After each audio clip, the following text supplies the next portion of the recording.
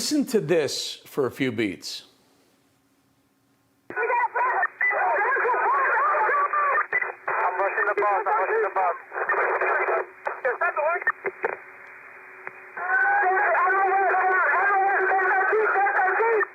I'm four. I'll put the rush on the bus. 119 West 135. So let's get it over here. Let's get two bunches. Two MOS shots. Top shots. Did you hear that? At the very end, 2 officers shot. It's a sad ritual. Mondays, we have to bring you the awful news like clockwork. This was the radio dispatch from Saturday night when New York Police Department officer Jason Rivera was gunned down. Rivera was just 22 years old.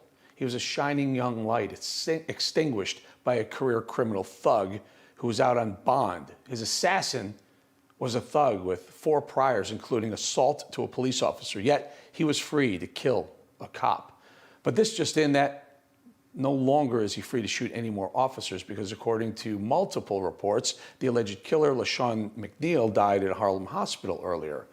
Anyway, this was a domestic disturbance call. You know, the type of call that sounds safe but is extremely dangerous because in matters of the heart, people do crazy things. Yet the clown show known as the Squad thinks social workers should handle domestic disturbances and that police departments should be defunded. And as if you couldn't make this stuff up, it would seem too ridiculous to be true.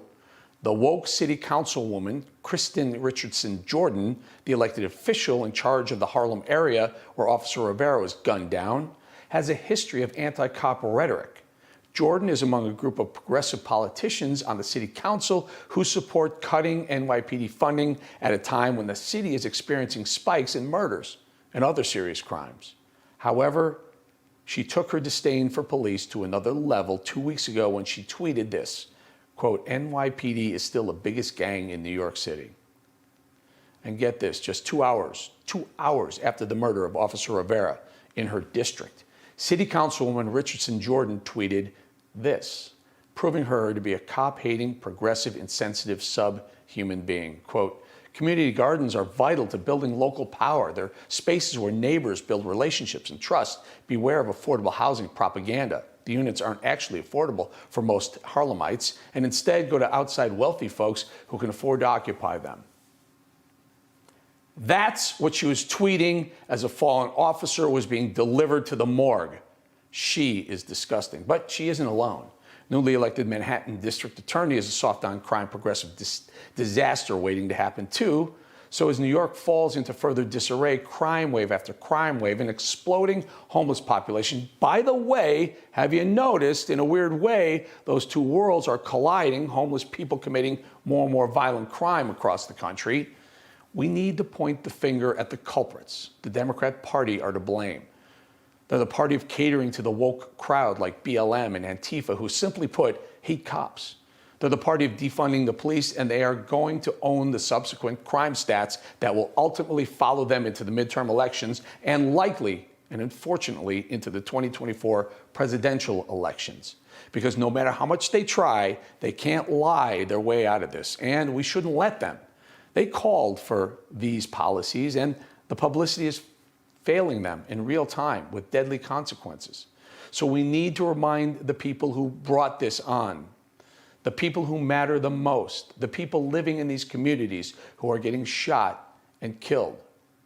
The 4 ladies I told you about Thursday, the 11-month-old shot in the face on Friday, the 8-year-old shot and killed by a stray gunman's bullet in Chicago over the weekend. Yesterday, Officer Rivera. Over the weekend, I'll leave you with this. Here is the now late Officer Rivera, inspiring young people like himself on how excited he was to be a cop and giving them advice on how to succeed to get out of the Harlem shuffle of crime and drugs. Work hard, he says. Rest in peace, Officer Rivera. And this one's on you, Democrats. I want to motivate y'all. I want y'all to hear me, hear my voice, and know that, y'all gonna get through it. Y'all gonna get through it. Y'all gotta put in the work. Y'all gotta put in 100% effort. And you know what? If it takes some time after school, so be it. because you gotta do it. If you don't do it, you're not gonna make it nowhere in life. All right. So I'm gonna end it with just saying, you know what? You could do it. I did it. All my fellow classmates did it. You definitely could do it. All right. So stay strong. Do good in your schools, and trust me, you'll be finished soon. Good man. Gun down. Again, it's on you, Democrats. After the last election, liberty-minded Americans are facing a difficult question. What do we do now? We do have a plan to stop them. This is the only plan that bypasses Biden and Congress to save the republic. Sign the petition at conventionofstates.com.